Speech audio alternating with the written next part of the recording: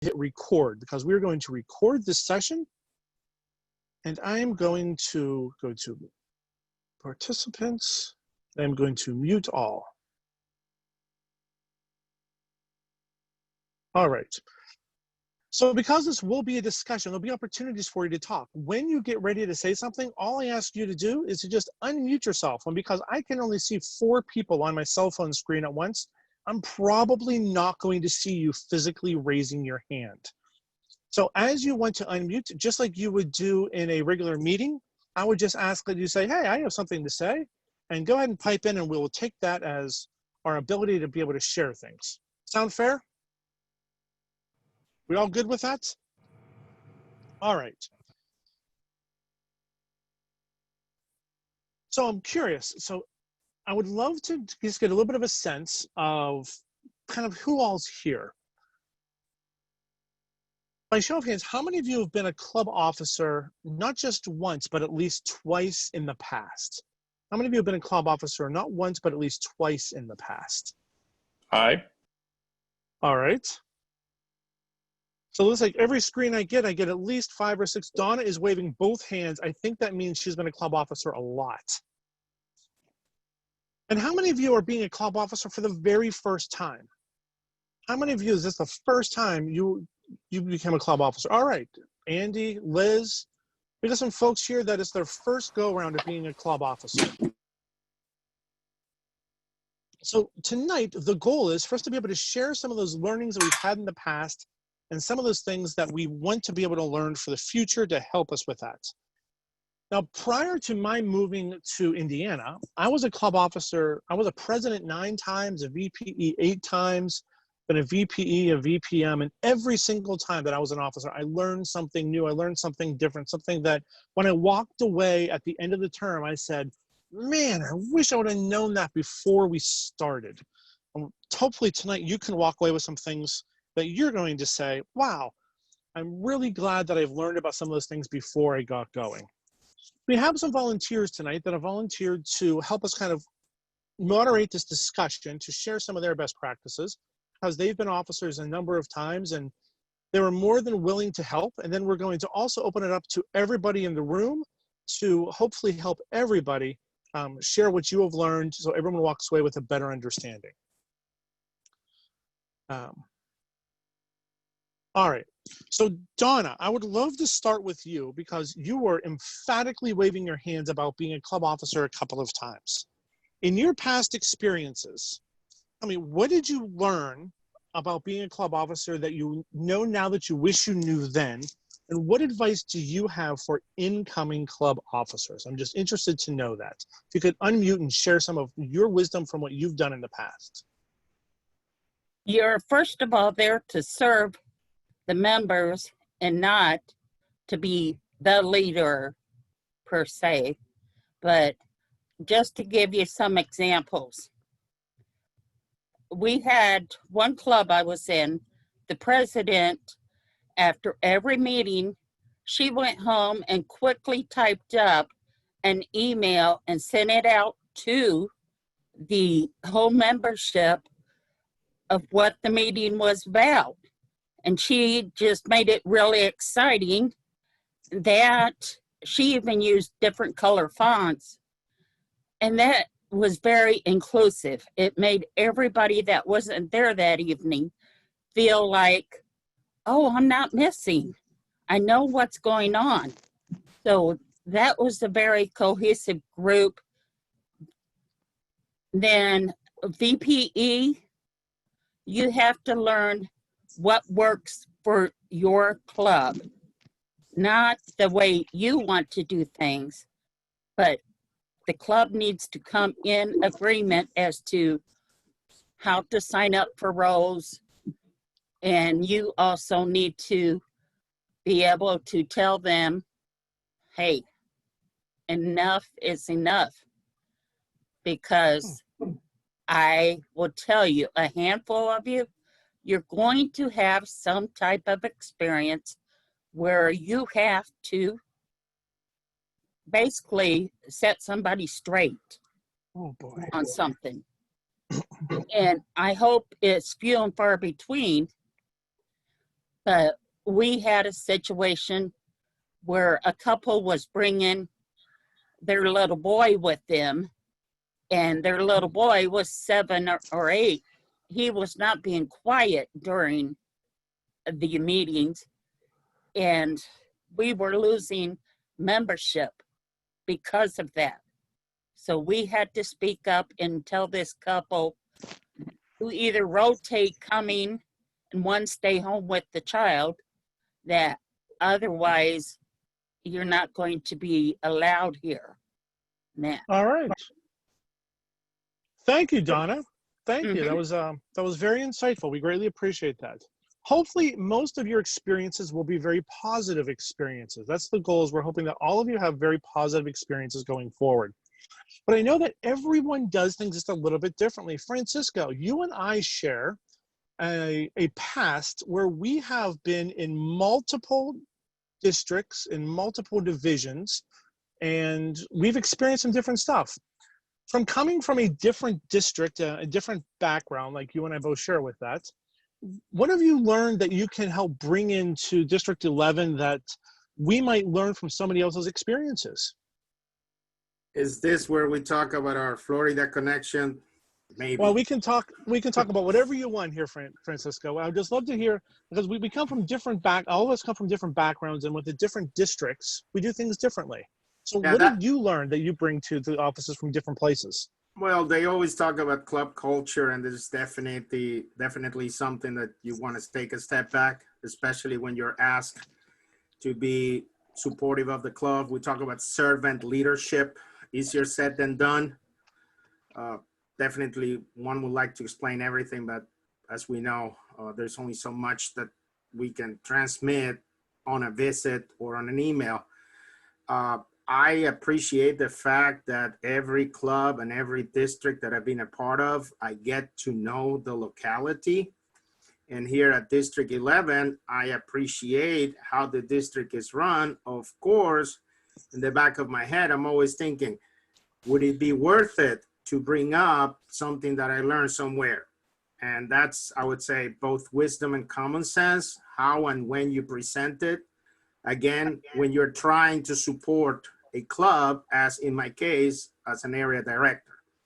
So if anything, the diversity, the plenitude of experiences that we see in Toastmasters, that's what has kept me here now. It's going to be, what, 12 years? And yes, Scott, we have seen different ways of doing it.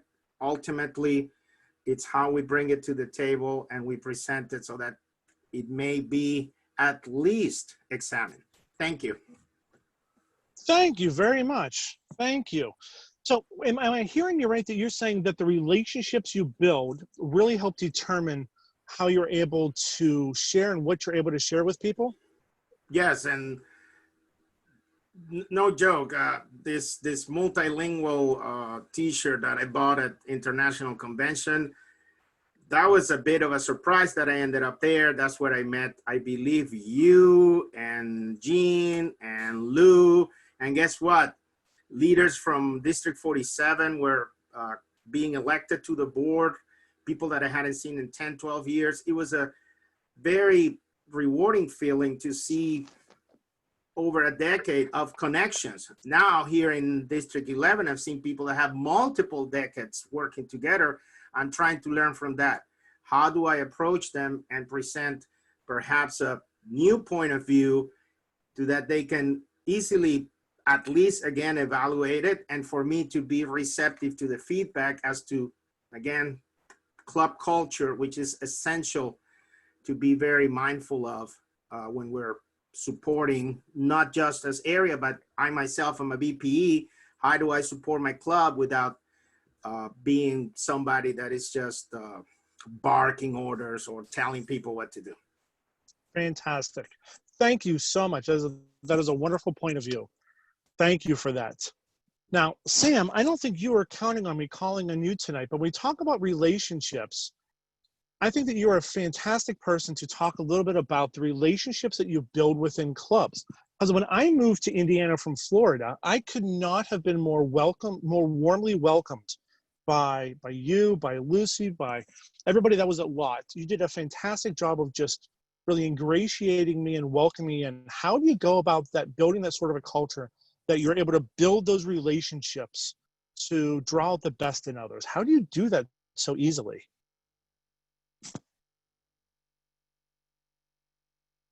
Stan, did you hear any of that? Yeah, yes, I did, Oh. Scott. Yes, I did.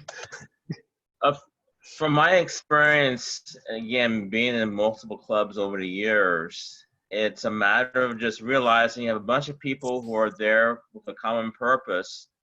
They want to be better communicators, want to be better leaders, they want to be better in some area. And you're there to encourage that. And you can be with these people a lot of time. And you just got to be able to take time to get to know people and understand what makes them tick, what they're really looking for, what they don't want to do. And you just have to be willing to listen to what they're wanting to do and use your knowledge and get the knowledge of your fellow club members involved to help get this person to a higher level that, from where they were at the beginning of the Toastmasters, when they first started in the club, or at the beginning of the Toastmasters year through the end of the Toastmasters year, giving them the experiences that will help them to become better in whatever area that they really want to improve upon. So it's just a matter of being willing to get to know people and to realize that people have certain things that make them tick, and you've got to take time to make that happen and be flexible and realize that people are different, are unique. So that's been my approach over the years, Scott. Fantastic. Thank you very much, Sam. And Lucy, I know you also weren't expecting me to call on you tonight, but in those first meetings I came to a lot, one thing I noticed is that one of the first things you asked me when I sat beside you was, what do you want to do? In your experience of being around for more than a day and a half as a club leader and a district leader, where have you found that those questions about what do you want to do, how have you found that those have helped you build relationships in clubs? Well, thank you for the question. It's always a good thing in building relationships to find out where the other person's coming from, what they want to get out of Toastmasters, where they want to go from being just a member to being an officer to being a district leader. So I find that I learn so much about people, and those are the things you kind of tuck away in your mind. And then when the opportunity arises to help that person make that step or give them a little nudge, talk to them about it, then that's someone that you can approach. We're always looking for club leaders, especially. And so the newer members, not maybe the brand new members, hopefully, but someone who's been around a year, that they are the ones that you want to find out if they want to get the leadership training from being a club officer. That's kind of where I come from. Fantastic. Thank you. Thank you. Scotty, if I can Sure, answer Donna. one thing there. Sure. When somebody joins, initially it is the president or VPE's role to find out the goals for the new member. And you want to find that out within the first 2 to 3 weeks so they realize that you are thinking about them and what they want to achieve. And then you set them up with a mentor. And I was set up with a mentor within 10 days after joining. All right. So that's a great question. It's a great segue to talk about mentorship. So I would love to open this up to everybody on the call tonight. I would love to know your experiences. What was your experience with having a mentor within Toastmasters? And you'll see where this is going on the next question as well. But I'm interested in everybody else's experience for, well, how did you experience the mentorship portion of Toastmasters?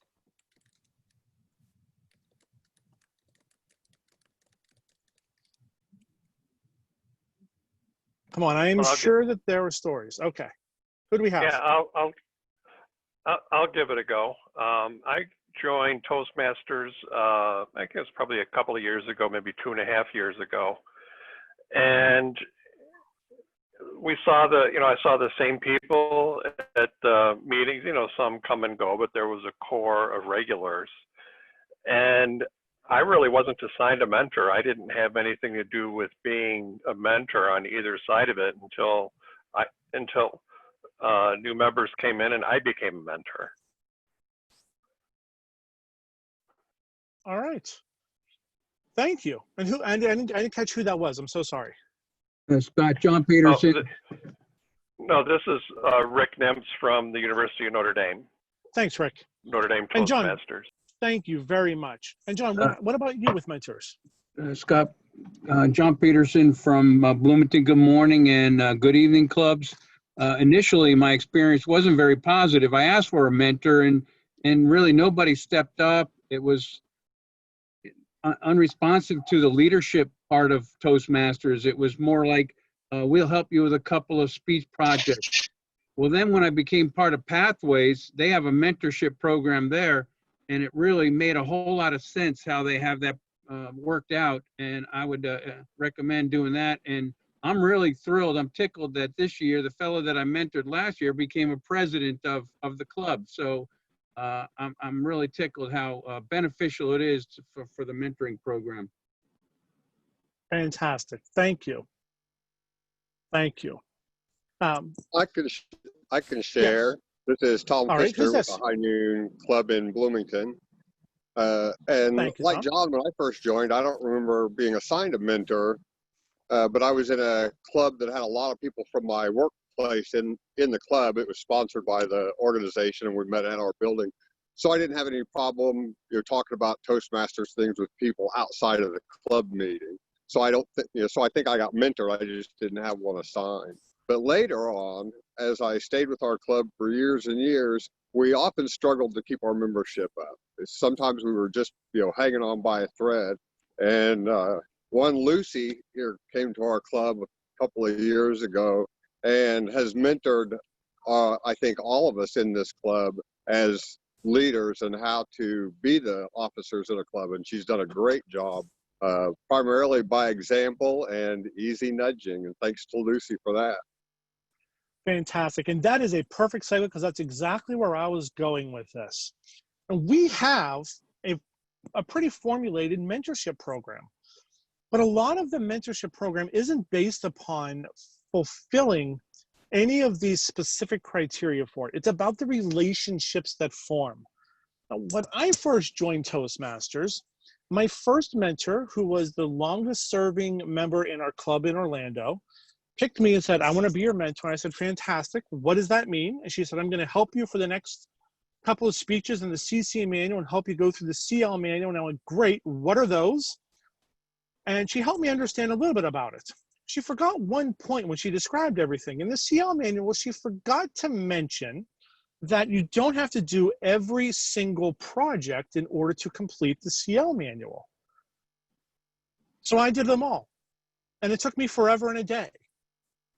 And it wasn't until I found relationships in there that I started to build relationships with other members that it became an informal mentoring process. It was a relationship process. Now, my take on mentorship is probably a little bit different, and I hope that you'll take this to your clubs. The relationship of mentoring matters. The relationships for mentoring matters. Anybody can go through and check some stuff off. We all know that at some point, DTMs took on the life of either don't time me or did the manual, or it stands for a bunch of stuff. But the greatest thing about DTMs and those with experience is you have different perspectives. And if you allow yourself to build relationships, those relationships can change someone's course in Toastmasters and the course of their life. And we hope that as you're going through your clubs that you can focus on those relationships to help members become more of who they ever wanted to be and more of what they actually knew they could be within that process. Well, part of the mentoring relationship isn't just that the mentee grows, but also that the mentor grows. Having a mentee, having a protege can change your outlook on Toastmasters, can change your entire outlook on life and business and leadership and all of it. I'm interested from those folks that are on the call tonight, how many of you have had been a mentor for someone and it changed you? Where did you get changed by being a mentor for somebody? How did that work for you?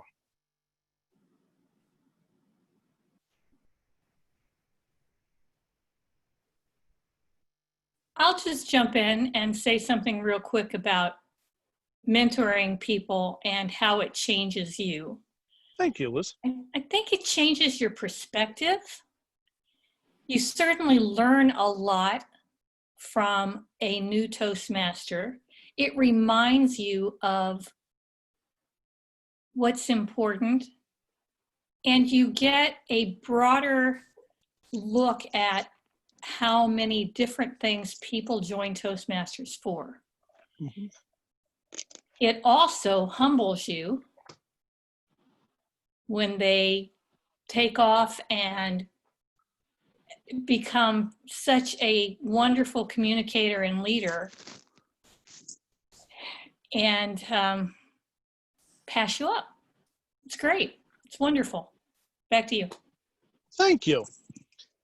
Now, being a man, yes, what else do you have out there? I'd love to hear something else. Just to play off of what Lucy was sharing, that I was able to mentor a club that we were trying to start at the Indiana Women's Prison, and how it changed me. We haven't gotten it off the ground. It's kind of gone to the wayside due to the pandemic, but it started with 15 girls, and then they were recruiting people, and it just grew to 30 people. And to see how these women were changing, and they shared during their speeches, they shared some very vulnerable information. And I told my contact there at the prison, after we had Carol Przenski and Jean and Nancy visit last year, these girls did a wonderful job putting on a meeting, and they were able to really share. And I just thought, boy, Lucy is so right. It humbles you, and it just put a big smile on my face that, whoo, they can do it. They can do it. And one thing I learned about that, I used in a speech at another club, and that is, we can't judge somebody by the cover. That I got to know these girls, these individual girls, and what they wanted, what exactly they wanted, what put them in prison, what they wanted to do when they got out, what life was like. And, you know, it was very, very interesting. And I'll always have memories from working with them. Very cool. Thank you, Donna. Thank you. So one thing that I'm hearing there is that mentorship is situational. I think it's very situational. Mm-hmm. Your mentor that you start with when you are first joining a club may or may not be the mentor that helps you into other parts of Toastmasters. So I'm curious, how many of you have mentors that you have picked up over the years that are helping you through this new journey as a club officer? How many of you are working with somebody now to help you as a club officer? I'd love to know if you are. How'd you find them? I'm going to confess that they turn into your friends. Simple story. I don't know how many of you have recently set up a Fritos host account. This gentleman brought me to what was my home club where I got my DTM. There were 4 DTMs in there. I call myself the quintet when I got it. Long story short, I thought maybe he has time. Guess what? He was really happy to walk me through all the new features of. It's a challenging application, even though I thought I knew it, he added to it. And with the current situation, it gave me an excuse to reach out and say hi to him because I don't no longer attend the meetings and all that. So you have these longer relationships, if you will, with people that even though you're no longer a part of their club, even though you're no longer in the same geography, like I said, in Colorado, it was such a pleasant experience to reconnect and realize that these people who had mentored me through the program were actually there and had a good memory of what we once did. Thank you. Absolutely. So if you're a new club officer, where can you find yourself a mentor? Where can you find someone to help you walk with you through this new process? Who do you think can help you with that? Yes. Hi. Hey, Hi. This is, I lost my internet connection, so I'm using my phone, so I can't see when I'm unmuted. But hey, this is Wanda Beaubrun. I am an officer of business and community. And I must say, after being a Toastmasters, I want to say for about 5 years and having several offices, I am now officer of business and community. And that young man, Joe Phillips, has walked us along the road. I mean, most time you take off officer, they tell you what you're supposed to do. Literally, he is on the phone in the evening, screen sharing how I'm supposed to get this particular role done and what it takes and what I'm supposed to do in August. I mean, this is probably one of the best transitions I've ever had in Toastmasters from one club position to the other. That is awesome. That is absolutely amazing. Joe, thank you so much. That is wonderful. So how do you find those people? How do you find those folks that are willing to help you like that? How do you find those officers that are willing to help you? Who can help you with that? Anybody can. You're right, but there are a couple specific people that can really help you. How many of you know who your area directors are? Thumbs up if you know who your area director is. What about your division director? Do you think those individuals might have the contact information for past officers in other clubs, for your peers in other clubs? Do you think they might be able to put you in contact with some folks out there? Your area directors and your division directors are wonderful resources to be able to help you connect with other individuals that have either already gone through what you're about to go through or who are going through it at the same time. They can be fantastic mentors and resources for you. I like to say that Toastmasters is one of those things that's best experienced as a group, not as an individual. Reach out to your area directors, reach out to your division directors, reach out to your trio. We will absolutely help you find the folks out there that are willing to help walk with you through this process, because nobody wants you to do this alone. It's not about doing this alone. So we talked a little bit about relationships. We've talked a little bit about mentoring. Everything's been kind of around this building a community feel. But all of you, I'm sure, have your own unique scares, your own unique fears, rather, walking into this new position. I would love to take about 10 minutes here and answer some questions about what is it that you're getting into now that you're like, I really am scared about this. I want to, somebody needs to answer this for me because I don't understand what to do. So unmute, and we would love to answer some questions for you because I know for a fact that the training doesn't cover everything that you're going to do. So what can we answer for you with all of these officers on this call, 71 officers on this call right now? We would love to be able to help you along your journey. What questions do you have? Jerry Webb has a question. Hey, Jerry. Yes, here we are with Zoom. We're probably going to be stuck with Zoom for quite some time. How can one retain or increase membership when we are using Zoom? That is a very good question. I have some thoughts on that, but I'd love to hear from the group. I'd love to hear from everybody else that's on the call right now. How do you think we can, how do you think that we can increase membership through this? Gary, I'm getting ready to send things out to my area directors on what will help that I saw on another district website. This is Rodney Vanderbilt at Top of the Morning Club, and we reached out to members that have left. So we actually have a member from Japan that joins us every Wednesday morning at 6:45, which happens to be the next day in the afternoon there. We also have another member that lives in Washington State that has joined the club and wants to come into the Zoom meeting. So we've actually increased our membership through Zoom by bringing people in who have actually moved away, and now they can see the familiar faces, enjoy the meetings. We've done something similar. We've done something similar too. We've got a social media presence that has pulled in a few people since this whole COVID-19 thing started, and we've grown a little bit. And leading into this, we already had one member who was a remote member that travels between Wisconsin and Florida that was a member. Past members, absolutely. Those are two fantastic ways to be able to just thank you all very much. Those are great answers. There's another group out there. There's another group out there that really loves to be able to be connected with Toastmasters.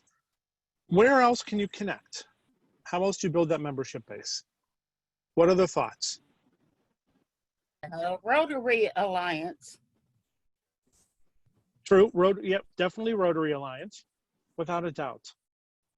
Have we known anybody that might have lost a job through all of this? Has anybody known someone whose career took a sudden left turn that they weren't expecting it? And they're now on LinkedIn looking for jobs? We are uniquely positioned to give people a chance to learn how to do something that they never thought they were going to have to learn how to do. And that is speak on conference calls all in a private setting so that we succeed publicly. LinkedIn is a fantastic way. I'm still a member of a group in Florida, and they've grown from about 25 members to about 45 members during the pandemic because of their presence on LinkedIn. With putting themselves out there, this is a place to learn how to interview. This is a place to learn how to do conference calls. This is a place to learn how to get comfortable with something that you haven't necessarily done before. Use social media. Use some of the platforms where individuals go when they're looking for a career change, for a next step in their life. They can be great opportunities for you to help build new relationships and find them out there. How many of you have a LinkedIn page? How many clubs have a LinkedIn page? Anybody? The screens I'm on, I see a bunch of squished up noses and eyes that are going, I've never thought of that. We will. Fantastic. LinkedIn is a really good, it's not something that people necessarily think of, but it's where people go when they're looking to network for professional opportunities. The other place on there, if you have local businesses that now all of a sudden have everyone working remotely, we are a great place for those businesses to be able to send some of their managers, their leaders, to get comfortable in a new platform. But we can be a great outlet for some of those some of those places. Same with teachers. We have a lot of educators that now have to teach online. They've never had to teach online before. School districts, universities, trade schools. There's a lot of places to tap into the folks that are going to use this platform and help them get better at it. So, Jerry, I hope that gives you a couple of ideas on where you can go to help find some members during this time that might be a little bit unusual for us. Yeah, thank you very much. Something else is going to the nonprofit organizations, because the people that have the role of development manager or development coordinator, they're the ones that are out there having to get the funds raised for that nonprofit organization to stay in existence. Very true. Very true. That's a great point, Donna. Thank you. Yes, absolutely. Nonprofits are a great source as well. This is Rodney Vanderveer again on the Top of the Morning Club. But one of the issues we ran into with the nonprofits and with those who have been laid off, they don't have the money to, in fact, invest in the membership fee that Toastmaster has. So I think the challenge a club would have is to provide some type of scholarship.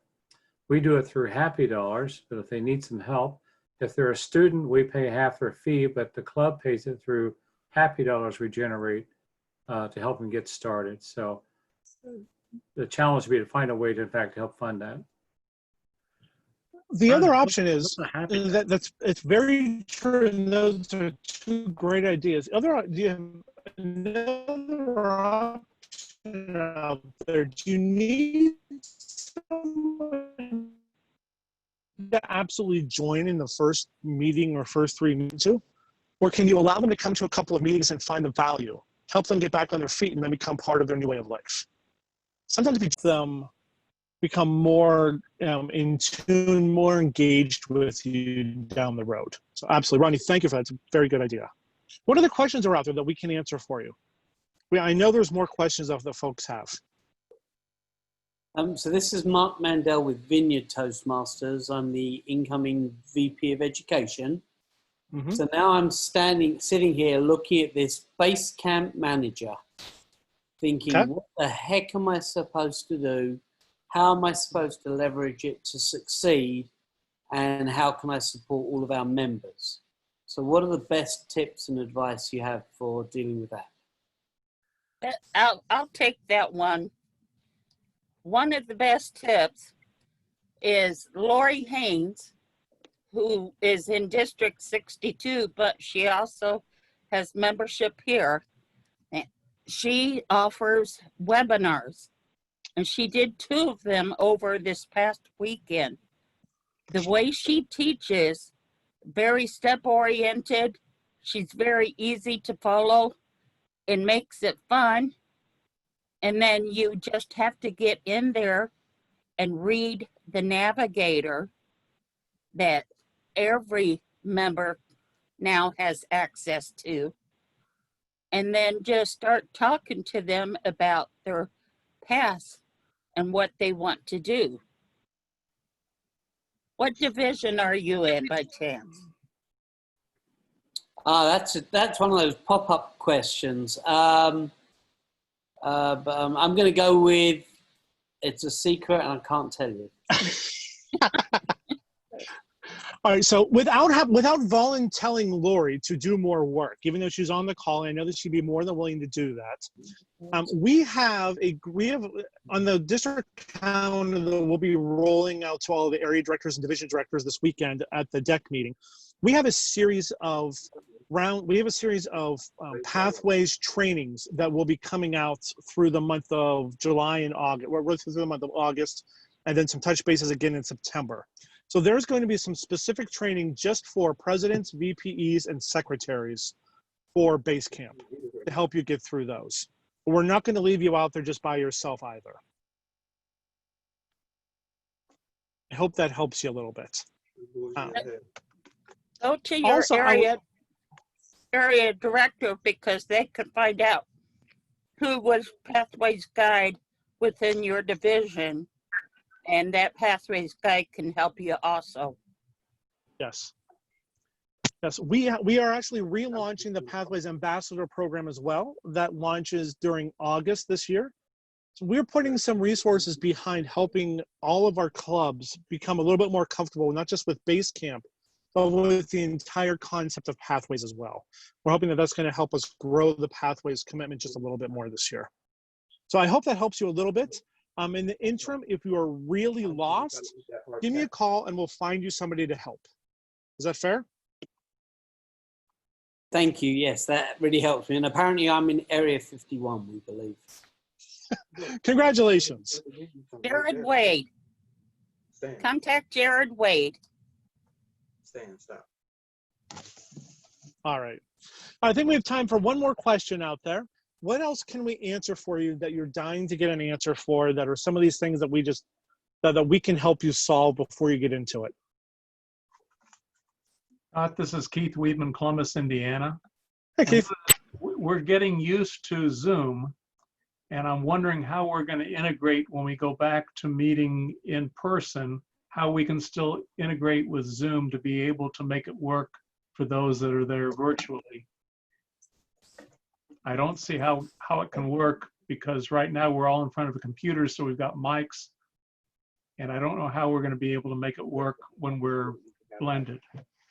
Hey Keith, this is Eric Adams from Kentucky Farm Bureau Club 1035. We've put some thought into this because we're going to have a blended with people virtual and at the active meeting. And what we're going to have our Sergeant at Arms do is set up a dedicated laptop at the end of our conference room, which is actually, far more long than it is tall.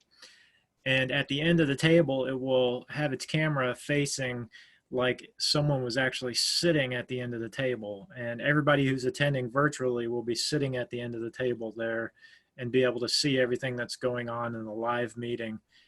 We haven't actually done this yet. We've only got one person in the office.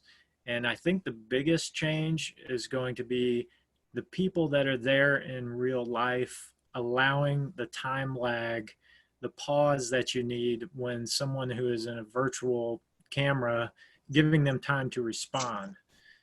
That's the hardest thing we've seen so far in other meetings where one or two people are attending virtually and everyone else is in person. So we're going to try to kick that in the next couple of weeks, and we can always let you know how it goes. This is Rodney.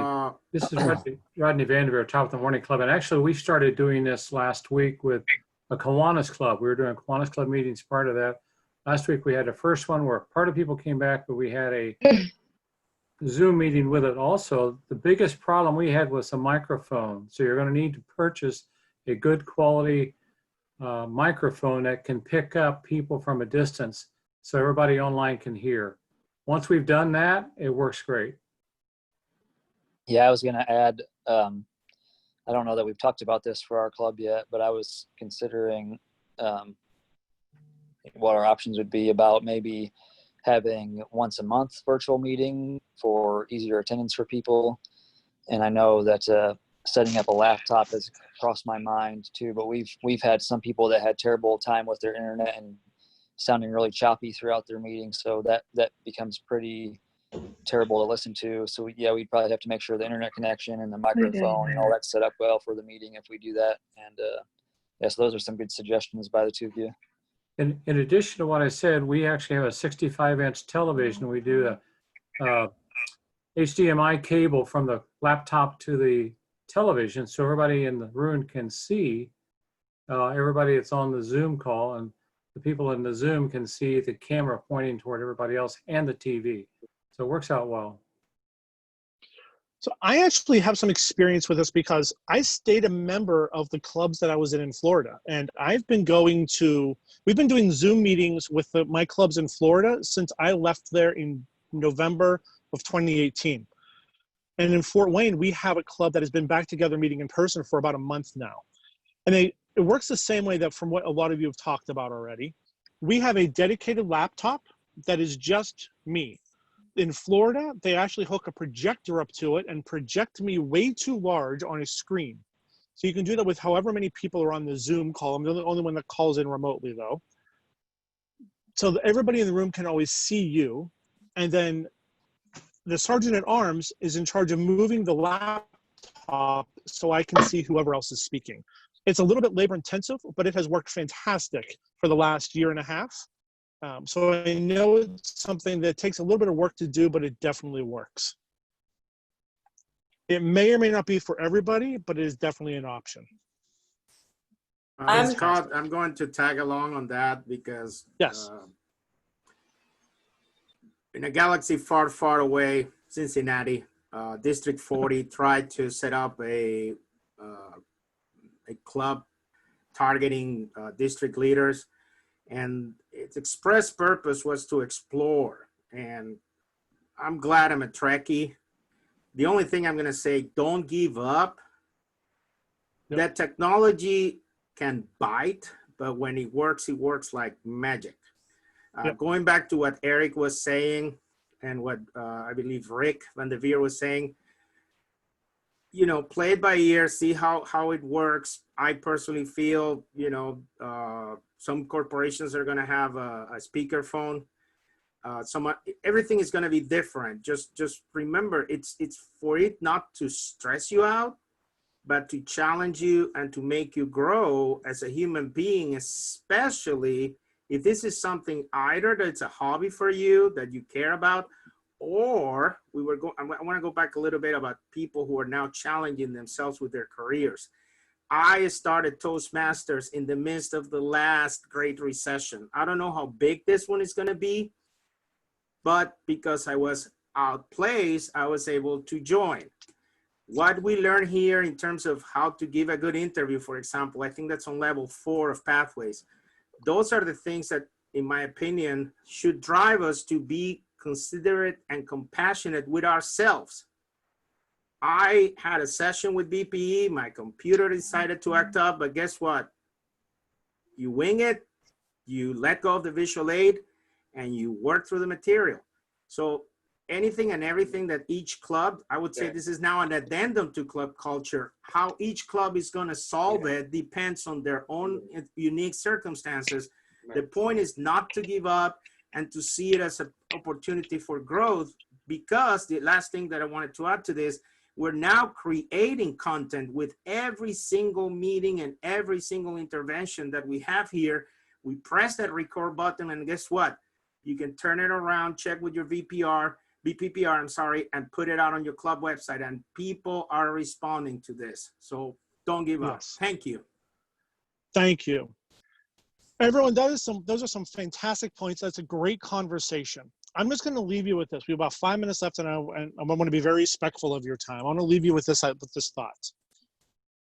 All change happens whether we want it to or not. And we can help manage that change through the stories we tell, through the artifacts we share, and through the rituals we hold. The stories that we used to tell aren't the stories that we're going to be able to tell going forward.